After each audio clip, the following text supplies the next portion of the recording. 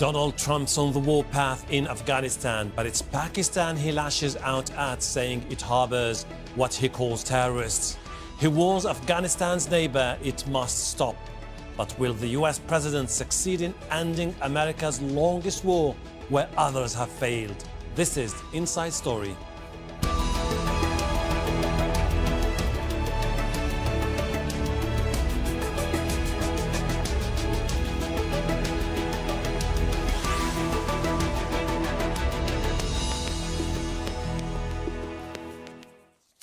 Hello and welcome to the program. I'm Hashim Mahalbarra.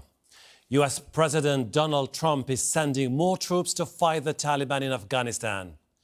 No longer nation building. America will fight to win, he says. Announcing his new strategy, he singled out Pakistan, saying it must stop providing safe havens for those he calls terrorists. And he wants India to help the Afghan economy grow, which will not please Pakistan.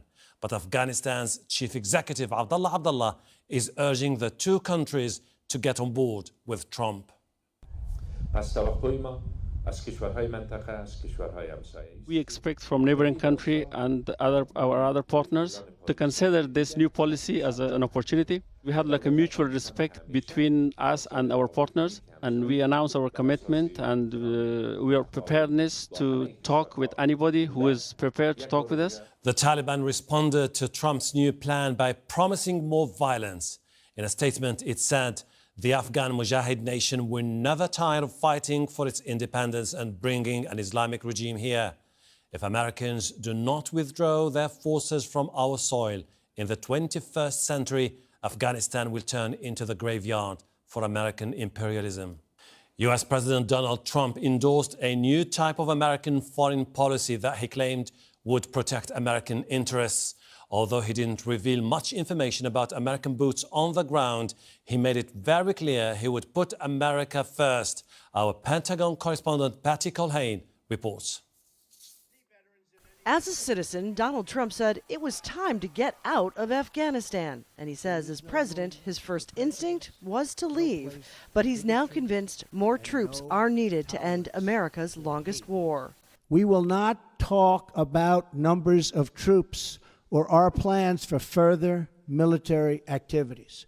Conditions on the ground, not arbitrary timetables, will guide our strategy.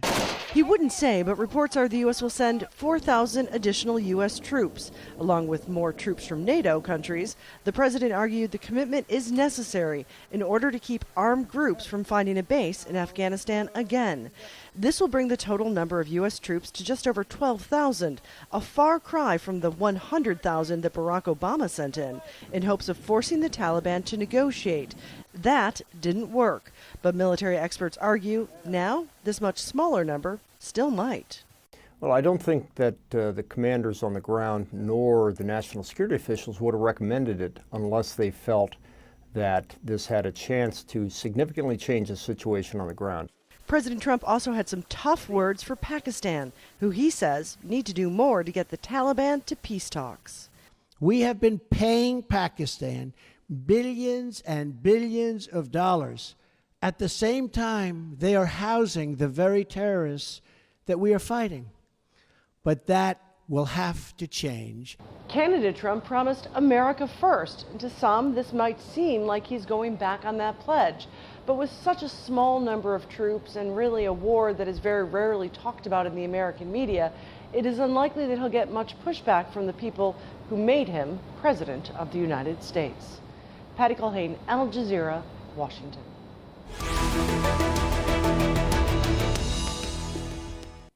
Let's bring in our panel. We welcome from Kabul, Shafiq Hamdan, former NATO advisor. In Islamabad, Ayaz Wazir, former Pakistan ambassador to Afghanistan. And Harding Lang, senior fellow at the Center for American Progress, joins us from Washington, D.C. Welcome to you all. Let me start by asking Mr. Harding Lang this. Are we talking about a new Afghanistan policy, or this is just a rehash of older approaches? Well, it feels very much like things that we have seen before in the past, albeit with a little bit less detail.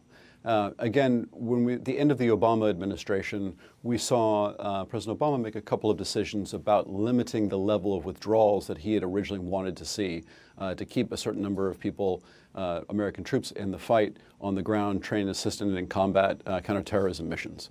What we're now seeing is the president committing to do more on the military front, but bizarrely not telling us how many more troops he intends to keep in the fight.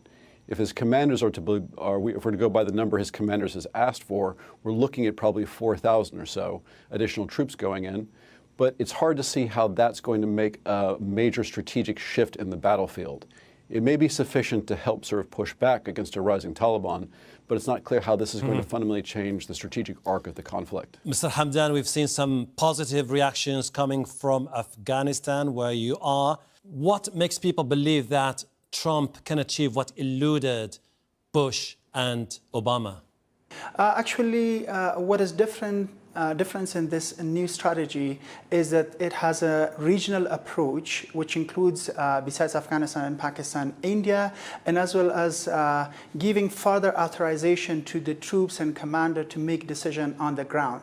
And meanwhile, it is also added to the strategy to put further pressure on Pakistan to not only fight terrorism and insurgents in Pakistan, but to close and shut the safe havens of terrorists and insurgent groups who are operating from Pakistan inside Afghanistan, targeting Afghan national security forces, Afghan civilians, and the US coalition forces.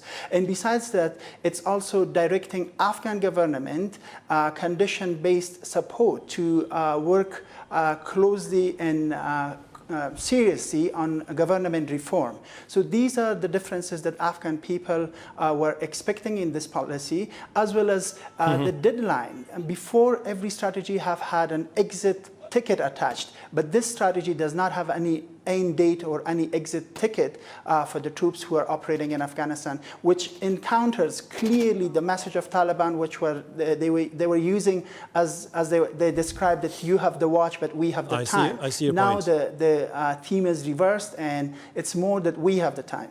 Mr. Wazir, in Islamabad, you've heard the Pakistan bashing by President Donald Trump. Do you think this is something that could be conducive to any change of behavior of the Pakistani government?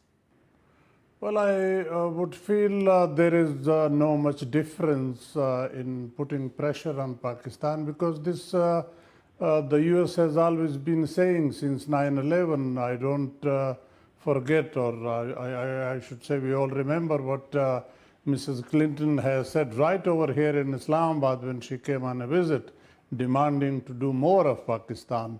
That the US says and said when it was in full might in Afghanistan with the NATO forces over there also. But I do not think this is the solution of the problem. Shifting the responsibility of itself to others is not a solution. If Pakistan is providing safe havens, then what about the people sitting in Afghanistan are taking Pakistan from there? If safe havens are here, safe havens are over there also.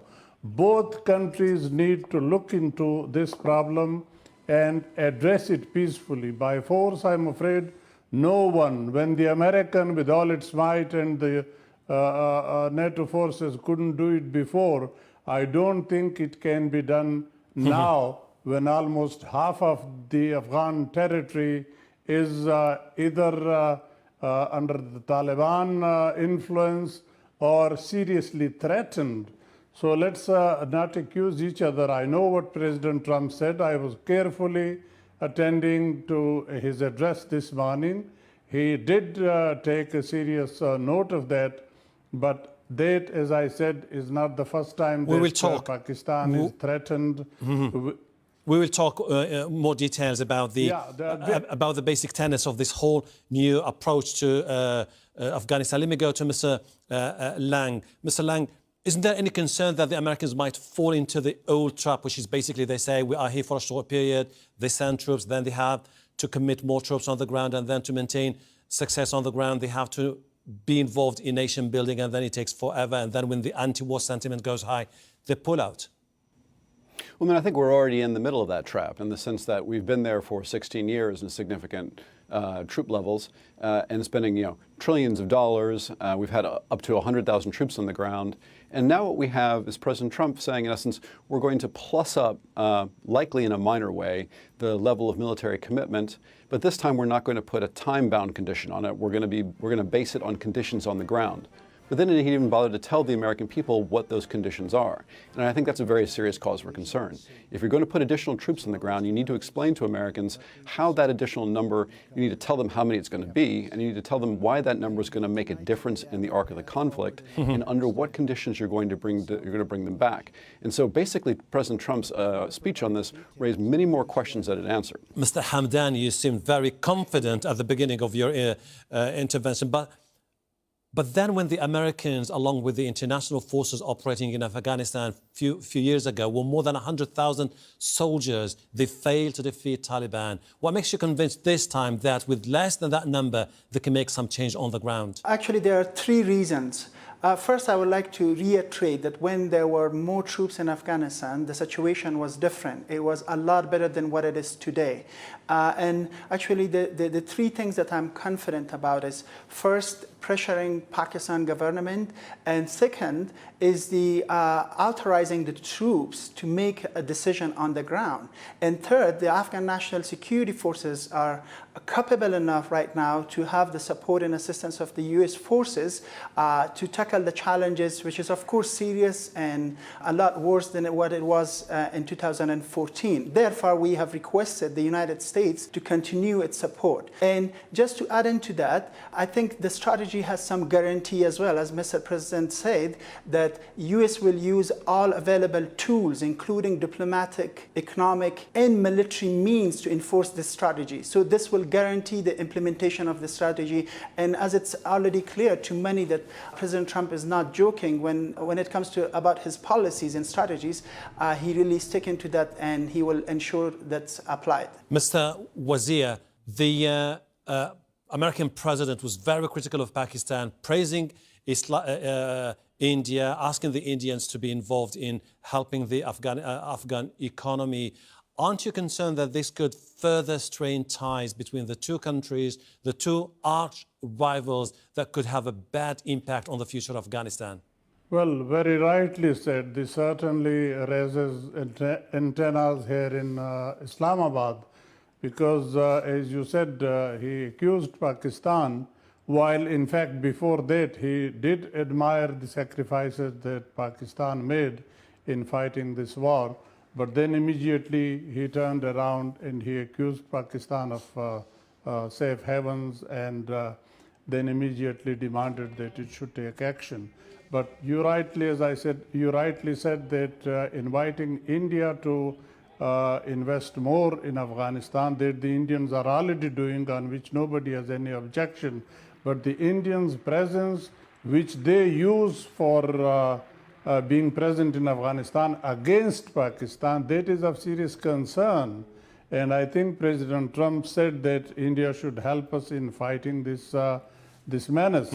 If the Indians are willing to put their foot on the ground in Afghanistan, they are most welcome. If they think they can fight the war in Afghanistan along with the American to eliminate, then they would be, I think, inviting trouble.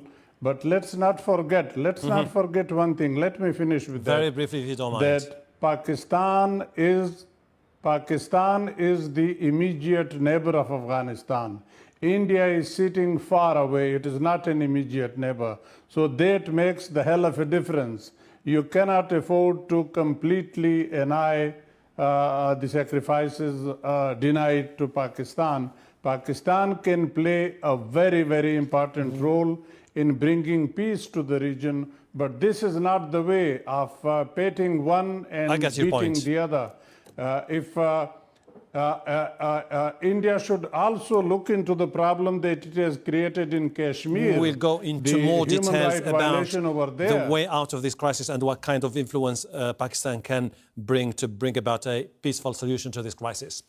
Despite the presence of US troops and American-trained Afghan forces, the Taliban has maintained its advance. In April last year, the group only controlled parts of the south central Ghor province. But since then, they've taken control of the northern city of Kunduz twice and the outskirts of Lashkargah in Helmand and the Tayawara area towards the south. Also extended their control over the northeastern provinces and overtaken Qala, giving them a majority of the Faryab province. Mr. Lang, we're talking about Taliban that is making significant military gains, particularly in the northern part, which was relatively quieter in the past. Amid those gains, is it going to be extremely late or difficult for the Americans to change that reality on the ground? I mean, I think we have to be pretty clear going in about what we think the expectations are of what can be achieved by plussing up the number of troops, by what the battlefield commanders are asking for, 3,000 to 4,000, probably 4,000. I mean, I think what you can probably do is perhaps slow the momentum of the Taliban. I mean, what we've seen over the last 5 to 6 months, but particularly over the rise of this fighting season, is a significant advance by the Taliban, where they now control 50% of the country and, as you say, are active in the north in a way that they haven't been in the past. So additional troops going in to support the frontline effort of the Afghan soldiers, the Afghan army fighting, can probably assist in slowing that. The real question is whether or not it can turn the tide. And have a significant impact on the sense of military momentum. And there, I think there are a number of questions to be answered. And some of these questions that need to be answered, particularly by the Afghan government. And let me go to Mr. Shafiq Hamdan. Mr. Hamdan, the Afghan army and security forces have not been able to hold ground, restore stability in different parts of the country. There's rampant corruption, dissatisfaction with the political elite, ethnic divide, political divide in the country. Who can bring about a change to this reality? The Americans, the international community, or the Afghans themselves? I believe this is the responsibility of the Afghan people and Afghan government, and we are determined to reform as well as changes at all levels. And meanwhile, as you have mentioned, they cannot ignore the fact that there is a lot of corruption, there is actually disputes, political dialogues going on every day between the government officials, and there is differences. But that's the beauty of democracy. Of course, we cannot stop debates about differences. When it comes to the ability of the Afghan National Security Forces, they have not been defeated in any fight, unless, unfortunately, in some cases, the entire team or the entire, small group of Afghan National Security Forces have been killed by the enemy. Other than that, they have not left their post and they have not been surrounded, except few cases. But what we need at this stage for countering insurgency, which is 3 stages, it's clearing, holding, and building. Of course, we are good in clearing, but when it comes to building and holding, there the Afghan National Security Forces need assistance. And therefore, we required assistance from the US and NATO forces. And that's where lies the biggest problem facing the Afghan people. Let me go to Mr. Ayad Wazir. Mr. Wazir, you served as an ambassador to your country in Afghanistan. You know what the Afghans say about your country, that you provide military assistance to the Haqqani network, that you are providing safe haven to the leadership of the Taliban, and that ultimately your biggest aim is to maintain Afghanistan as a pariah state or as a puppet state. How do you respond to those concerns? I'm glad they didn't say that we provide the foot soldiers also. Let's not go into the accusation part of it. Pakistan has admitted, our former advisor to the Prime Minister has said it while he was on a visit to Washington, that the Taliban leadership is with us in Pakistan, but obviously that doesn't mean the foot soldiers are also with us. And we have said it time and again that we give every guarantee or assurance that the military support to them will not be given from here. That's why we want to completely fence the border, requesting the Afghan government to come and let's manage the border so that this thing goes from between of us, that we accuse them, people coming from you, or they accuse us that people are military help to Taliban is coming from you. But let's presume for a minute that Pakistan is giving military support. Then my question is that what the American forces are doing in Afghanistan when they have the capacity and capability of detecting a football-type object or even more than that on the ground, then why can't they hit these people or these ammunition supplies when it crosses into Afghanistan or even in the tribal area, which is the center of the American drone attacks? I got your point. So why or how can that? Why aren't they able to detect those movements? Okay, I got pretty much your point. Mr. Lang, I would like to ask you this question basically, which is, if you put forward a strategy, you know that you're not going to be able to win it solely on the battlefield. You need also to win the hearts and minds of the Muslims and of the Afghan people. How can you achieve that when you are known for your bellicose rhetoric against foreigners, imposing a ban that is targeting Muslims? Oh, so here you're referring to President Trump's yes. recent announcements about the... Okay. Of course, I mean, I think all of that contributes to a very negative perception in the Muslim world with respect to the United States' intentions in the region. So, President Trump has done a pretty good job of reaching out to certain leaders in the Middle East, particularly those from authoritarian regimes, to develop a closer, warmer relationship than we saw perhaps under the Obama administration. The real question is whether or not he's doing the same thing with the population, whether or not he's winning their hearts and minds. And what, like limited polling we do have would suggest at this point that the messages he's sending through things like the ban on travel from certain Muslim countries, the rhetoric that he used during the campaign, really is doing a great deal to alienate those populations. So at the end of the day, I mean, I think you need to adjust that rhetoric in a pretty significant way if you're going to have some hope of holding on to the deeper relationships with the societies that are really going to matter over the long term. And here in Afghanistan, the one thing I would like to say, I think to pivot back to a point that was made about a diplomatic strategy. It is possible, obviously, to achieve some more on the battlefield by putting a couple thousand troops on the ground. The real question is how you tie that to a larger, more comprehensive strategy. And I know my Afghan colleague was quite enthusiastic about hearing the president speak about the politics, the economics, the assistance that's going to come. But this is all happening at a time when President Trump is eviscerating the State Department. So it's not clear to me where and how these resources are going to come from. And also shutting down the very crucial Office of the Envoy for Afghanistan and Pakistan, which was very instrumental to paving the ground for a settlement. Mr. Hamdan, you're based in Afghanistan. I would like to ask you this question. 50% of the districts in Afghanistan are under the control of the Taliban. All world leaders, military commanders say there's absolutely no way to defeat the Taliban. Do you think that the only way out in the near future should be a genuine political settlement that brings about a solution where the Taliban, the government, and all the components of the society sit together?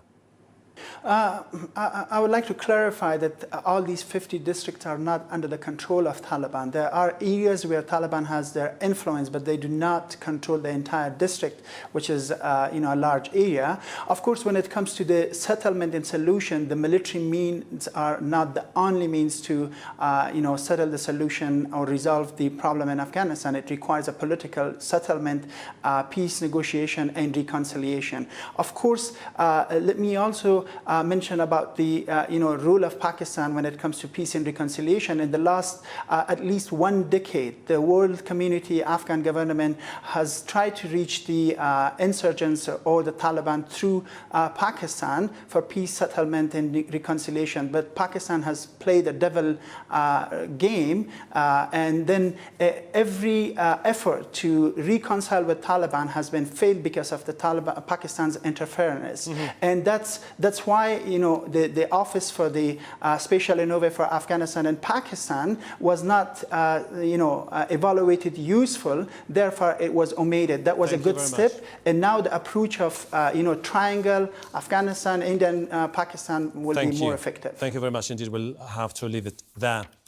Thanks to all our guests, Shafiq Hamdan, Ayaz Wazir, and Harding Lang. And thank you too for watching.